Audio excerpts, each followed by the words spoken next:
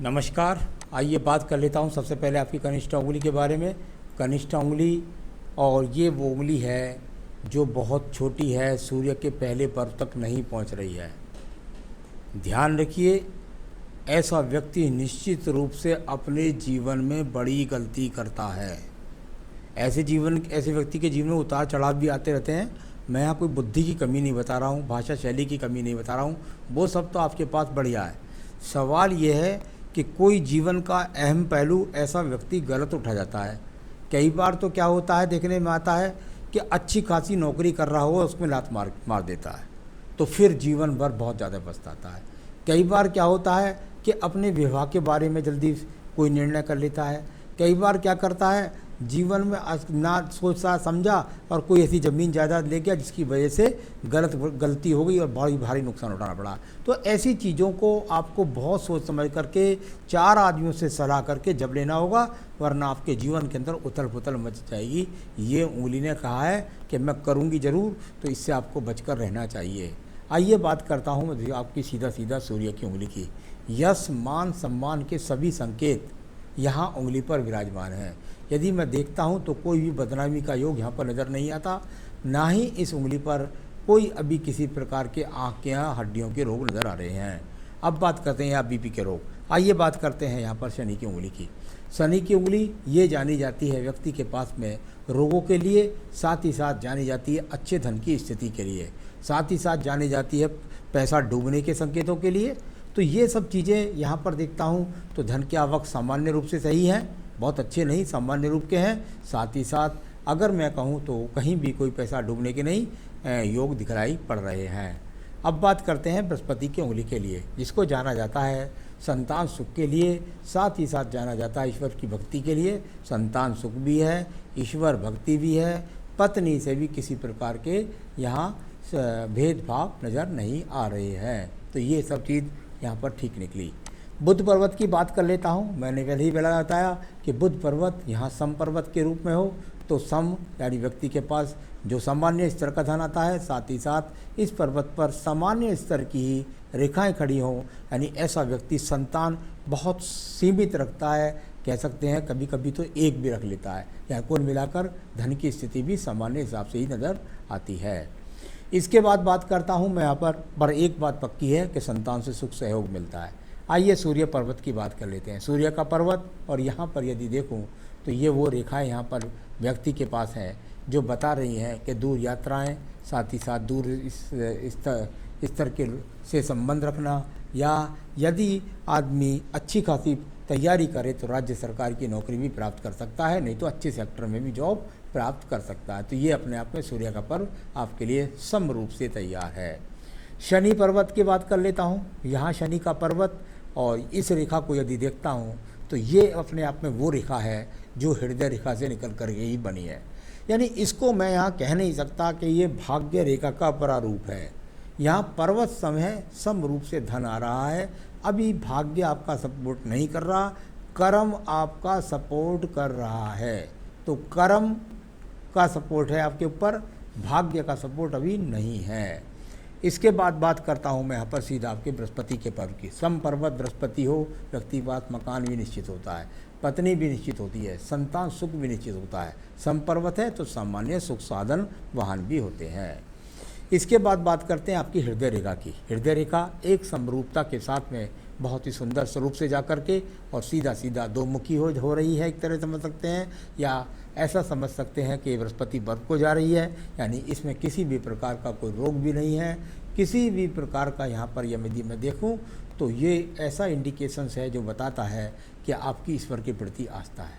यहाँ पर यदि आप महसूस करेंगे तो एक ट्रायंगल है और इसी के नीचे एक नीचे की तरफ भी ट्रायंगल है। जब इस प्रकार का ऊपर को ट्रायंगल करे और एक नीचे को करे तो ऐसा व्यक्ति के अंदर जीवन में होता है कि अच्छा खासा ऊपर को जा रहा हो और नीचे की तरफ जाने का वो कोई काम कर देता है। तो वही बात जो बुध पर्वत से, बुध की उंगलियों से बताई थी कि जल्दबाजी ना करें, ऊपर जा रहे हैं धीरे धीरे और अपनी गलती से आप नीचे आ जाएं। तो अब इसके बाद बात करता हूँ मैं सीधा आपके मंगल पर्वत के बारे में। मंगल पर्वत बहुत ज़्यादा नहीं, लेकिन कुल मिलाकर कर्म रेखा यहाँ पर है। यानी कुल मिलाकर आप कर्म करते हैं और कर्म के द्वारा अपने जीवन में धन की अर्जन करते हैं। बहुत ज़्यादा भाव रेखा नहीं है, तो सामान्य रूप से जो आपको कर्म मिला हुआ है और मंगल रेखा का संबंध दूर पर्वत से सूर्य से है और बुध पर्वत, यानी कुल मिलाकर दूर दूर प्रयाण से जुड़ करके धन प्राप्ति के योग, इन रेखाओं का इस तरीके से फल बोला जाता है। बुद्धि रेखा को देखिएगा। बुद्धि रेखा शुरू में एक दीप बना करके चली, उसके बाद में यहाँ पर देखिए ऐसे चली, फिर यहाँ से टूट करके ऐसे चली, यानी कि फिर वही बात आई जो मैंने बुध की उंगली में कहा। कोई बड़ा गलत निर्णय लेकर के किसी भी बड़ी गलती के कारण आप धन पर प्रारूप कर देंगे तो आपको पता लगेगा कि भाई जो धन है उस पर मैंने सही तरीके से निर्णय नहीं लिया और मुझे आज धन का नुकसान सहना पड़ रहा है। तो ये बुद्धि रेखा भी कह रही है, इसमें दीप भी है, इसमें टूट भी है। कुल मिलाकर आपको सावधान रहना है। फिर मैंने दोबारा आपको ये बात बताई है। द्वितीय मंगल पर्वत जाना जाता है झगड़ों के लिए, झंझटों के लिए, और साथ ही साथ जाना जाता है ये मुकदमों के लिए। यहाँ पर इस तरह के कोई चिन्ह नहीं है और कोई बहुत ज़्यादा ट्रैवलिंग की रेखाएं भी यहाँ पर नज़र नहीं आ रही हैं। तो कुल मिलाकर चरित्र भी अच्छा है, तो चरित्र के लिए भी मंगल का बहुत अच्छा रोल होता है। तो ये सब चीज़ आपके बाद अनुकूल है। अब बात करते हैं आपके चंद्र पर्वत की। ये चंद्र पर्वत से एक रेखा निकल करके जब बन जाए, आपकी आयु रेखा के साथ जुड़ जाए, तो व्यक्ति दूर स्थानों से जुड़ करके, कई बार तो विदेश तक भी जाना पड़ जाता है ऐसे व्यक्तियों को। दूर स्थानों से जुड़ करके व्यक्ति का यात्राओं का लगा रहना, साथ ही साथ भाग्य उदय होना। इसके बाद बात करता हूँ व्यापारिक रेखाओं की। पूरे हाथ के अंदर एक भी व्यापारिक रेखा नहीं है, यानी कुल मिलाकर आपको मैं सावधान कर रहा हूँ कि कोई बहुत व्यापार में इन्वेस्टमेंट मत कर दीजिएगा। यहाँ व्यापार से कोई अभी व्यापारिक रेखा और यहाँ पर विराजमान नहीं है। इसके बाद भाग्य रेखा को देखिए। बिल्कुल चंद्र पर्वत से भाग्य रेखा निकले तो व्यक्ति का दूर स्थान से जुड़ करके धन के आगमन बनने का संकेत ये यहाँ नज़र आया।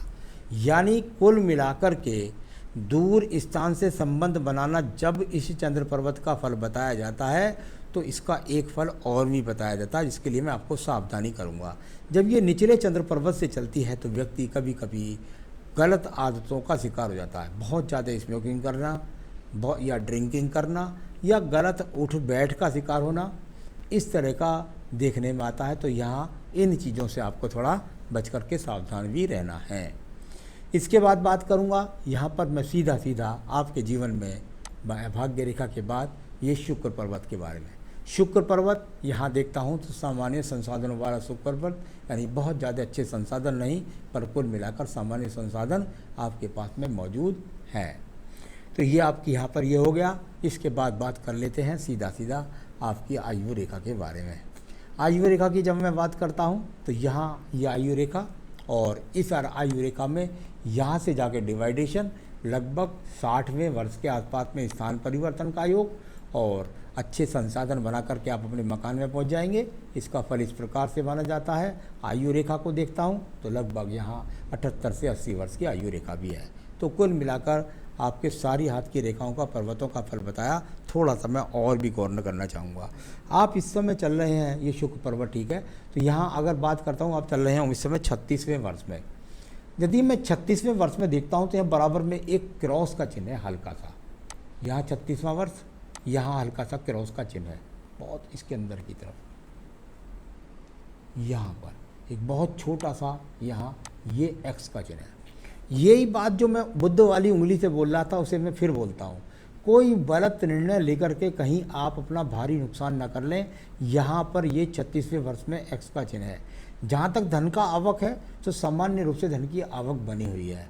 जहाँ तक बड़े स्थान परिवर्तन का सवाल दिखाई देता है तो वो मुझे लगता है देखने में लगभग स्थान परिवर्तन दिखाई देता है मुझे 36-40 लगभग 42वें वर्ष के आसपास। तो यहाँ बड़े परिवर्तन का योग लगता है, स्थान परिवर्तन का योग, ट्रांसफ़र का योग, दूसरी नौकरी में जाने का, तो वो इस वर्ष में लगता है। तो कुल मिलाकर यहाँ पर इसको देखिए, थोड़ा सोच समझ करके आपको चलना है, क्योंकि आगे भी बहुत ज़्यादा आगे तक बोलकर मैं आपको कोई चीज़ नहीं बता सकता, क्योंकि 5 वर्ष तक मुझे बोलने का अधिकार ज़रूर है। तो 44वें वर्ष से पहले तो कम से कम स्थान परिवर्तन का सामना ना करें तो बहुत अच्छा रहेगा, वरना ज़्यादा संकटों का सामना करना पड़ जाएगा धन की स्थितियों के लिए। सवाल आपका कोई नहीं था मेरे पास में, तो बस एक ही सवाल है कि घर वालों के साथ जो बुद्धि रेखा है और जहाँ कनिष्ठा उंगली है तो वो सब अस्थिर रूप से विराजमान है, यानी कि उनकी बहुत मजबूती नहीं है। तो इसलिए जल्दबाजी में आप ऐसा निर्णय ना करें। और परिवार को हो सकता है कि क्योंकि परिवार पत्नी से कोई झगड़े झंझट के योग तो है नहीं, तो पत्नी अगर साथ नहीं रहती है तो उसको साथ रख लीजिएगा। किसी तरह भी अपने मन के कारक को मजबूत आपको करना है। इसके लिए आपको क्या करना चाहिए, जो मन मजबूत रहे, घर वालों की ज़्यादा याद न सताए और बिल्कुल अपने जीवन में तरक्की करते रहें। एक बेहतरीन सा पन्ना अवश्य आपको इस उंगली में पहनना पड़ेगा। एक पन्ना यदि आप चाहें तो मुझसे मैं आपको दिखला भी सकता हूं और आपके स्थान तक बना करके पहुंचा भी सकता हूं। तो ये आपके मन के कारक को मजबूत करेगा, बुद्धि का सही निर्णय दिलाएगा, जीवन में आपको तरक्की दिलाएगा। ये करना है और साथ ही करना है आपको संकट नाशक गणेश स्रोत, उसका लिंक मैं भेज दूंगा। उसको नित्य पढ़िए अपनी पूजा में, जो भी पूजा करते हैं। बस जीवन के सभी दुखों से दूर रहेंगे, मन भी लगेगा और बहुत मजबूती भी आएगी। तो बस इतना करें, जीवन में सुखी रहें, यही मेरी शुभकामनाएं। नमस्कार।